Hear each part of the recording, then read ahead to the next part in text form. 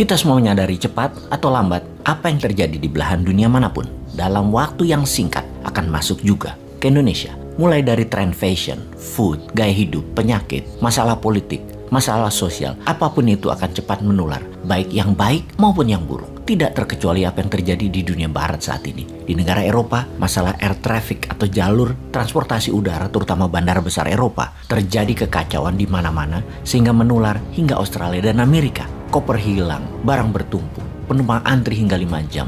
Ribuan orang cancel flight karena perubahan jadwal pesawat dan kekurangan SDM yang ketika pandemi di PHK hingga tinggal 20%. Namun sekarang di musim liburan summer, penumpang kembali sebanyak sebelum pandemi.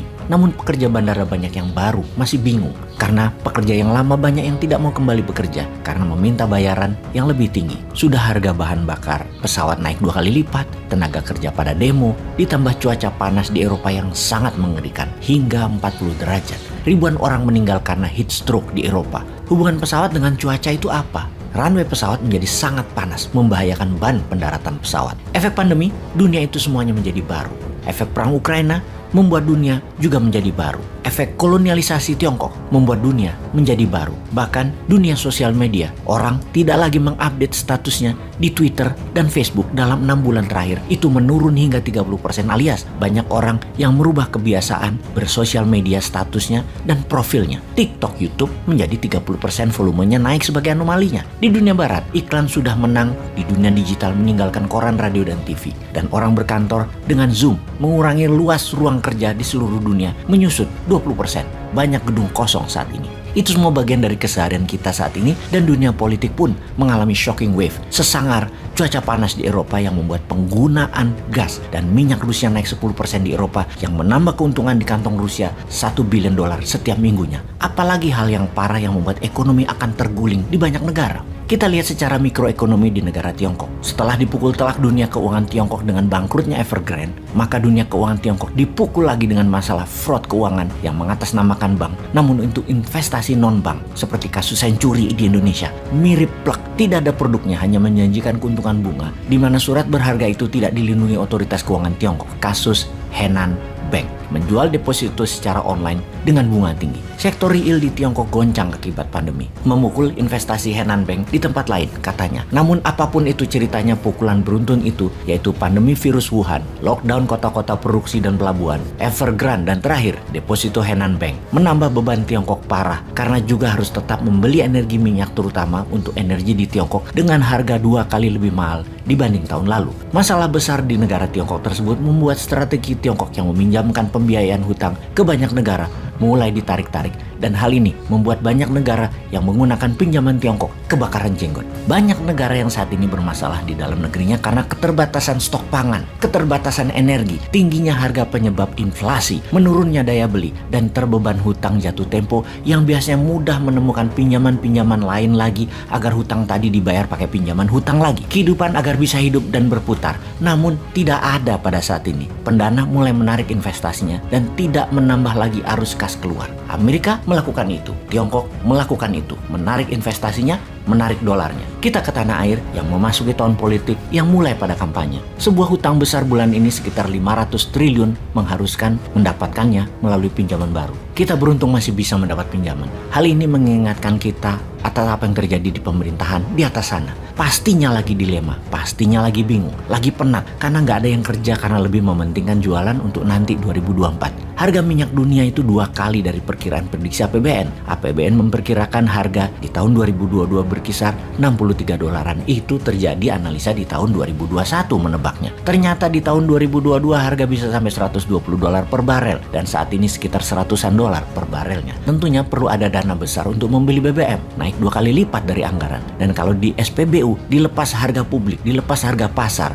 harganya bisa 20 ribuan per liternya, yaitu akan naik 35% dari harga tahun lalu. Bisa menyebabkan harga-harga kebutuhan sehari-hari naik 10-15%. Itu inflasi parah. Maka lebih baik disubsidi. Keputusannya adalah harga pasar ditahan di rendah, masyarakat belinya di bawah 15 ribuan, pemerintah nombokin sekitar 6 ribuan per liternya, alias pemerintah yang mengcover. Hal inilah yang membuat kekurangan uang di kas negara yang membuat pemerintah harus pinjam. Ada 2 mata pisau melihatnya. Pro pemerintah sekarang akan menganggap tindakan ini baik, walau negara harus berhutang. Namun yang anti pemerintah saat ini akan mengatakan yang bayarin nanti siapa? Pajak digenjot terus, usaha nggak ditolong, malah ditekan. Yang nanggung rakyat juga nantinya, tapi yang dapat nama sampean pejabat di atas. Yang pro pemerintah menganggap hutang itu nggak apa-apa. Sementara yang anti hutang komen, hutangnya harusnya yang membayar yang membuat pinjaman tersebut. Maka pertanyaannya adalah, apakah itu menjadi hal yang produktif buat cover hutangnya, buat cover bunganya, buat cover pokoknya? Mana hasilnya?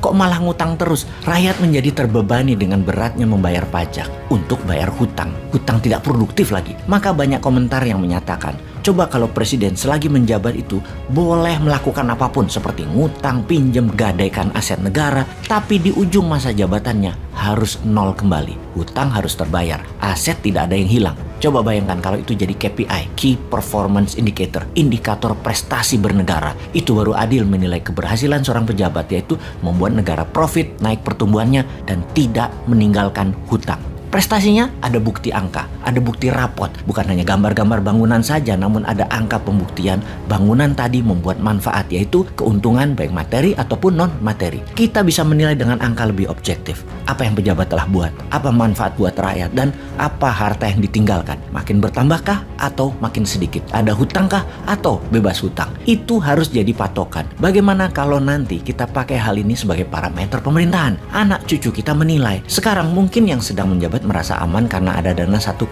triliun rupiah dalam 7 tahun untuk buzzer yang melindungi dari ide-ide dan usulan-usulan kita agar tidak ditanggapi. Namun kebenaran kan sesungguhnya tidak perlu dibela oleh buzzer, karena kebenaran hakiki itu membela dirinya sendiri. Ya kecuali yang dibawa memang bukan kebenaran hakiki. Kita balik ke topik. Pertamina saat ini perlu 500 triliun rupiah, maka pejabat tertinggi mengatakan pinjam. Hutang siapa yang bayar? Yang bayar presiden selanjutnya. Inilah salah satu yang Bosman harapkan ketika mendapatkan mandat nanti.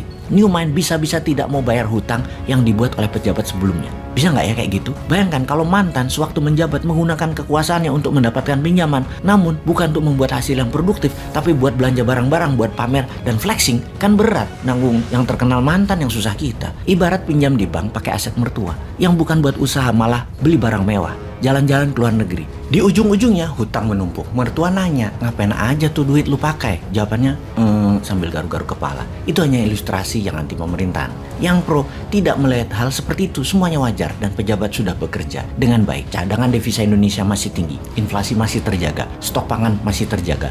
Jauh itu seperti Sri Lanka itu jauh, dibandingkan juga Pakistan juga jauh. Indonesia jauh lebih baik, tenang aja. Demikian yang pro pemerintahan itu berkata, bagi Newmind yang tidak anti pemerintah juga tidak mendukung oposisi, Newmind tetap lurus, ingin Indonesia 100 kali lebih baik dari saat ini. Yang jelek diingetin dan diberi saran, yang bagus dikuatkan lagi.